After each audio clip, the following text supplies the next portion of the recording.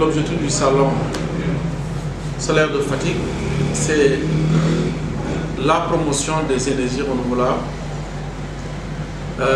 dans ce contexte de changement climatique, où il est question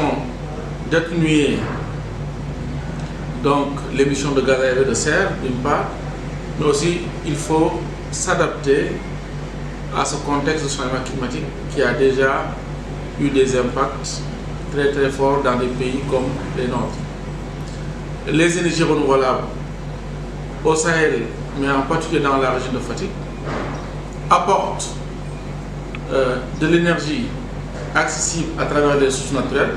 donc, et surtout pas des énergies fossiles qui augmentent les gaz à effet de serre, d'une part, mais aussi ces ressources naturelles,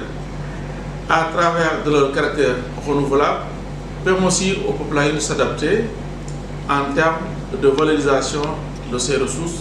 pour bien satisfaire à leurs besoins. Donc, en tant que territoire, les collectivités décentralisées sont interpellées en premier rang de contribuer justement à cette atténuation au changement climatique, mais aussi de s'adapter pour satisfaire les besoins des populations. Et en tant qu'ARD, justement, nous sommes dans notre mission d'accompagnement auprès de ces territoires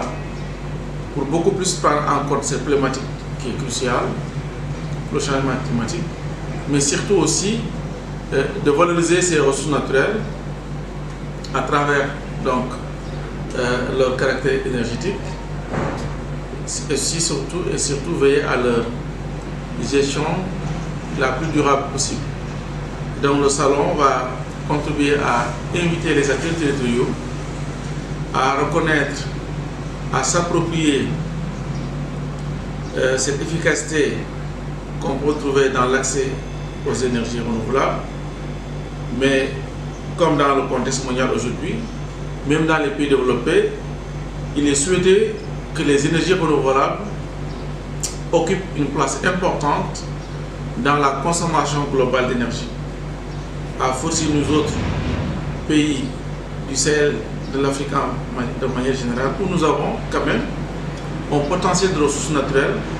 d'énergie renouvelable très important. Je pense au soleil, mais aussi aux ressources forestières qui sont aussi plus ou moins disponibles, mais certes je reconnais leur menace qui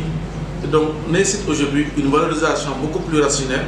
pour en même temps en bénéficier, mais surtout aussi les préserver pour beaucoup plus de durabilité de nos ressources naturelles, en particulier